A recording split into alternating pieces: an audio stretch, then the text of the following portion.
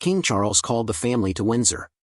He said nothing himself. Instead, he tasked Princess Anne with delivering the message that would upend everything. Meghan didn't attend. Harry came alone. The air was thick with unease, and as the silence stretched, old wounds began to stir.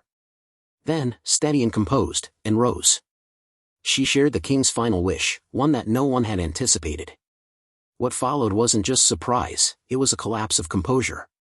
William stood frozen, overwhelmed by the sudden burden placed on him. Harry, still emotionally estranged from the family, felt the last door quietly shut.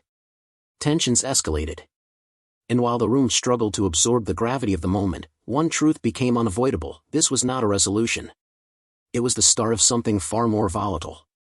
As Anne stood to speak again, a tense hush fell over the room. Even the harshest critics of the monarchy would have faltered at what came next. There was no pageantry, no formal announcement, just a raw, unfiltered truth that pierced through centuries of tradition. Anne didn't speak as a royal that day. She spoke as the one person Charles trusted above all, the one voice he believed could carry his most defining message.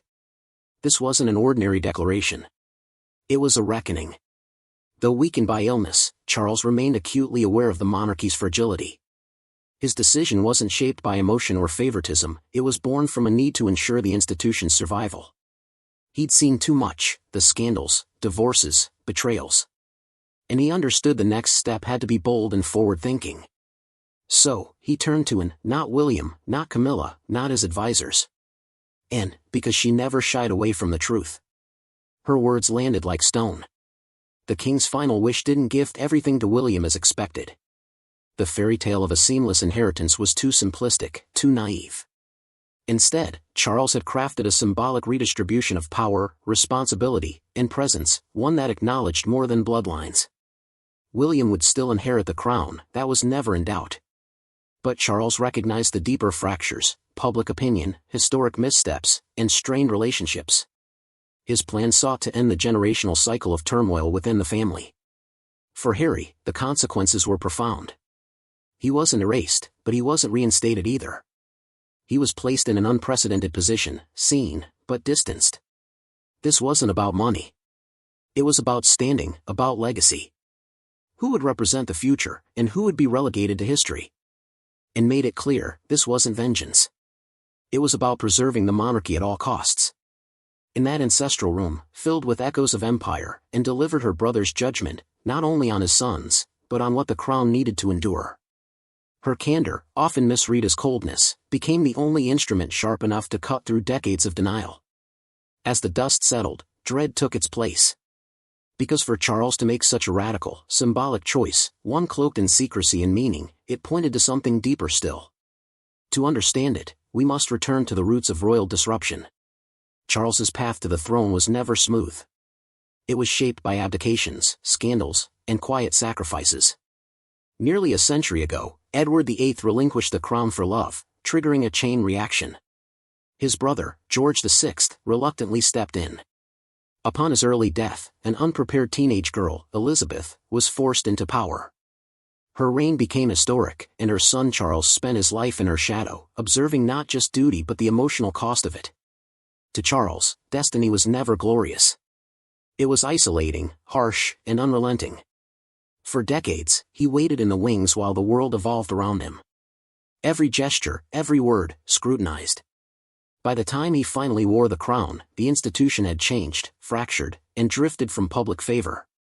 When Queen Elizabeth II died in 2022, Charles mourned not only his mother, but the last symbol of monarchy as it once was. Then came the diagnosis: cancer. In a moment, time, the one thing Charles had once had in abundance, became his scarcest resource. He was no longer a prince in waiting. He was a king against the clock.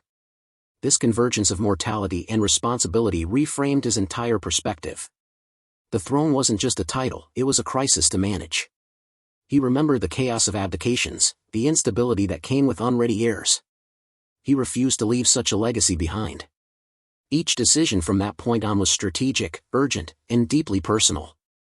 His final wish wasn't built on precedent, it was designed to disrupt it, if that's what it took to protect the monarchy. Because Charles understood something few did: history wasn't a script to repeat, but a cautionary tale to rewrite. Now, as his reign quietly enters its twilight, the next chapter is already taking shape behind palace walls. While the public keeps its eyes on Charles, a new force is rising. In the quiet margins of a fading reign, a fresh foundation is being laid, deliberate, unspoken, yet unstoppable. William and Kate, once the cheerful faces of a modern fairy tale, are now stepping into their most pivotal roles. Not with speeches or coronations, but with the silent gravity of leadership passed on in corridors, behind closed doors. Every appearance, every meeting, every quiet act of diplomacy, they all signal the shift already underway. They are no longer just representing the crown, they are preparing to inherit it. Even before King Charles's health became a public concern, the transition had already quietly begun. Catherine, Princess of Wales, was stepping deeper into royal responsibilities, not because anyone asked her to, but because the institution required it. Long before the cancer diagnosis shook the monarchy, she had already started to take on more duties, attending solo events, leading projects discreetly, hosting global dignitaries, all with the poise of a queen in waiting. Unlike others who hesitated to embrace royal obligations, Kate never faltered. She evolved, adapted, and steadily earned the respect of both the public and the palace. Behind closed doors, Operation Menai Bridge, the plan detailing King Charles's eventual succession, has long been prepared.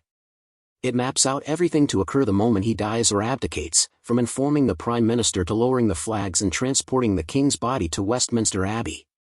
Every step is choreographed. What cannot be rehearsed, however, is the emotional burden, the immense legacy that will fall on the next generation. For William and Kate, that future is no longer far off. It's coming fast. To the public, their image is polished. But underneath, the sacrifices are real and significant. Kate's world may have narrowed, but its meaning has grown. Her days are filled with royal obligations, yet her heart remains devoted to her children. She must constantly juggle the near impossible, being a mother, a wife, a public figure, and a queen in training. And still, she does it with remarkable calm, a trait Queen Elizabeth once publicly admired. That grace is now more than admirable, it's necessary. When the time comes and Charles is no longer king, people will look to her for stability just as much as to William.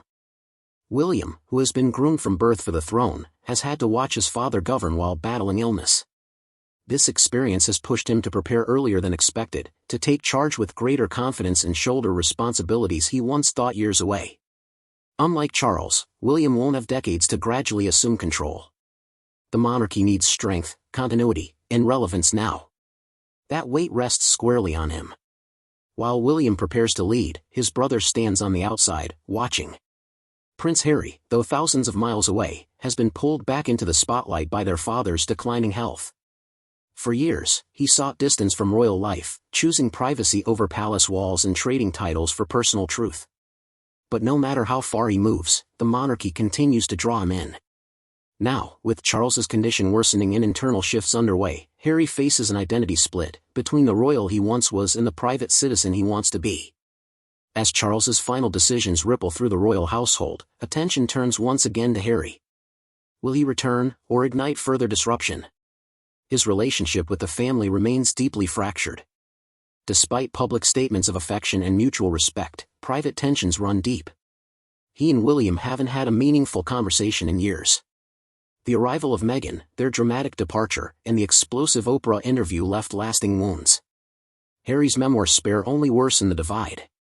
Yet sources claim Harry hasn't shared everything.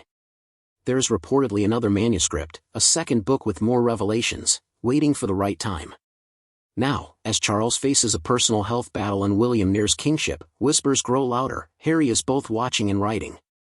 Insiders believe another memoir is on the way, this time, potentially released after the king's death. Unlike Spare, this one wouldn't be tempered by grief. It would be raw, unfiltered, and possibly irreparable. So why the delay? Some believe Harry still holds on to hope, a sliver of belief that reconciliation with his family is possible. But what if that hope is misplaced? Could he ever return under William's rule? That question haunts the monarchy. While he remains a prince by blood, royal status means little when trust is broken. To William, Harry's actions crossed lines that cannot be redrawn. As king, William would have the authority to decide where Harry stands, or if he stands with the family at all. There are those who suggest healing might still happen, that if Harry were to reach out and the timing were right, the brothers might repair their relationship. Others are more skeptical, warning that every new interview, every subtle dig, only pushes Harry further away.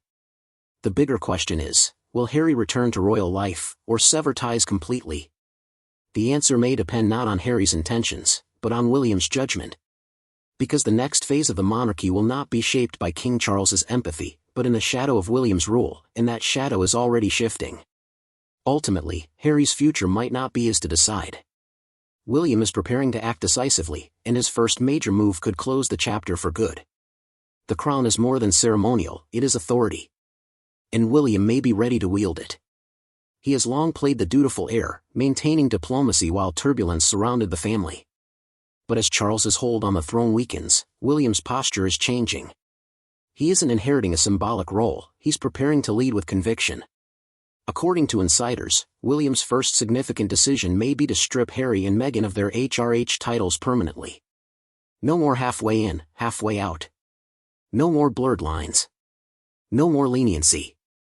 The damage Harry caused with Spare wasn't just personal, it reshaped how the public sees the monarchy. To William, those revelations were not just hurtful, they were direct attacks disguised as emotional honesty. While Charles absorbed the blows in silence, William has no intention of doing the same. He views Harry's choices as acts of aggression against the very institution that raised them both. And he is done waiting. While royal protocol currently prevents William from revoking titles, all that changes once he becomes king. With the crown comes the power to reassign or remove titles altogether. Sources say he intends to do just that, not as revenge, but for clarity. The public, the monarchy, and the Commonwealth deserve a clear boundary between active royals and private individuals profiting from their pasts. William wants that boundary drawn, firmly and permanently. What pushed him to this decision may have been Meghan Markle's repost of a message from Ukraine's vice president referring to her as Your Royal Highness. Though the couple had agreed not to use those titles after stepping back, their re-emergence in public discourse reopened old wounds and reignited debate within the royal institution. Some considered it insignificant, William did not. To him, it was yet another sign of how blurred boundaries continue to harm the monarchy's image. This is no longer a matter of pride, it's about control. William understands that the moment he ascends the throne, every aspect of his reign will come under intense scrutiny. He wants to ensure there are no lingering distractions pulling attention away from the monarchy's future. By acting early, decisively, and openly, he sends a firm message: loyalty and integrity matter, and there are real consequences for those who abandon the institution and then use their royal history against it.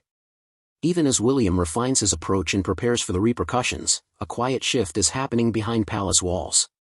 While the bond between the brothers continues to weaken, another figure is rising steadily in influence and significance. Catherine Middleton, once an outsider to this world of bloodlines and inherited privilege, has become a central force within the monarchy. She entered without titles, ancient family trees, or aristocratic lineage. What she brought instead was grace, resilience, and, most importantly, authenticity, a trait both feared and desperately needed by the royal institution. Catherine never chased attention. She never demanded respect. She earned it, day by day, with her silence when speaking might have been easier, and with grace under pressure when the world expected her to falter. Her journey was never smooth. Though Queen Elizabeth recognized in her a rare steadiness, Camilla viewed her as a rival. Kate, the unassuming newcomer, became the beloved favorite, the woman who won the public's affection effortlessly, free of scandal or controversy. She never had to hide her past or reinvent her image. Her very normalcy became her quiet superpower. And in the royal world, that kind of understated strength is often more threatening than open defiance. When Meghan Markle claimed during the explosive Oprah interview that Kate had made her cry, the palace braced for a crisis. But Kate responded with silence: no interviews, no denials, no drama. That silence didn't make her seem guilty, it made her untouchable. At a time when the monarchy was unraveling in full public view, Kate became its steady foundation. She reminded the public what true royal resilience looked like, not flashy, not performative, but enduring. The contrast between her and those who had stepped away from royal life became stark. And her reputation only grew stronger. Yet Kate's strength is not just in how she is perceived. Behind the scenes, she has become a key player, respected, strategic, and trusted. Advisors value her voice when the cameras are off. While others have fallen from grace, Kate has steadily risen by refusing to play games. she has redefined what it means to be royal in a modern world that no longer automatically reveres the crown. Her appearance at King Charles's coronation wasn't simply ceremonial, it was symbolic.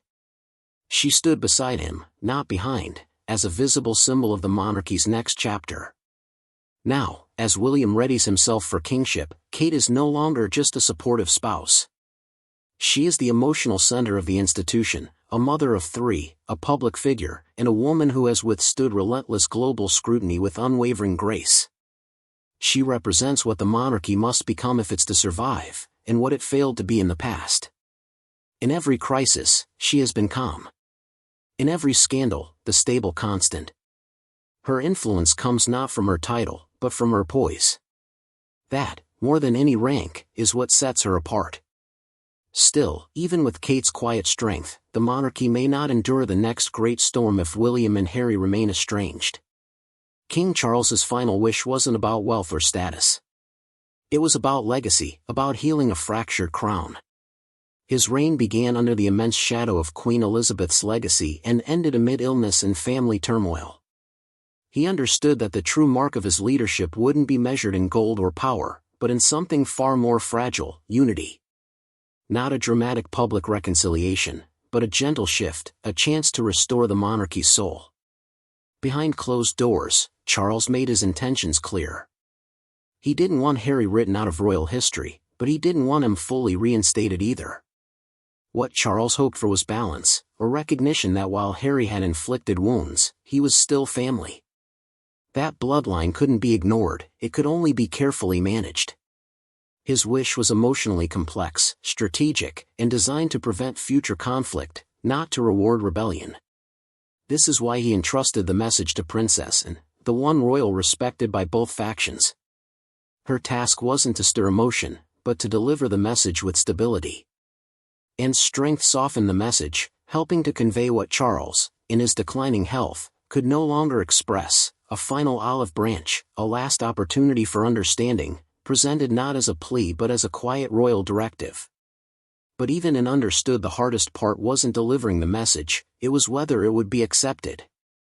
Reconciliation requires two people to meet halfway across a divide, and William and Harry still seem worlds apart. The palace can plan ceremonies, issue polished statements, and perform ancient rituals, but it can't enforce forgiveness. It can't undo betrayal. And it can't erase everything that's been exposed to the public. Charles may have opened the door, but now it's up to William to walk through it. That decision now carries more weight than ever before. His coronation isn't just a formal tradition, it's a pivotal turning point. It could either begin the healing of the royal family, or it could solidify the permanent divide. Will William honor his father's final hope? Or will he choose a stricter, more unforgiving path, one that shuts the gates Harry once walked away from? Within the palace, rumors swirl about backup plans, intentional leaks, and final opportunities. But no one, not even the closest insiders, truly knows what lies ahead. Because Charles's last wish wasn't merely a personal request, it was a test. A test of character, of loyalty, and of the monarchy's future leadership. That test now rests entirely on William's shoulders. One wrong move could undo everything Charles worked his whole life to preserve. The monarchy now stands at a defining crossroads. And the decision made in the coming days could reshape royal history forever.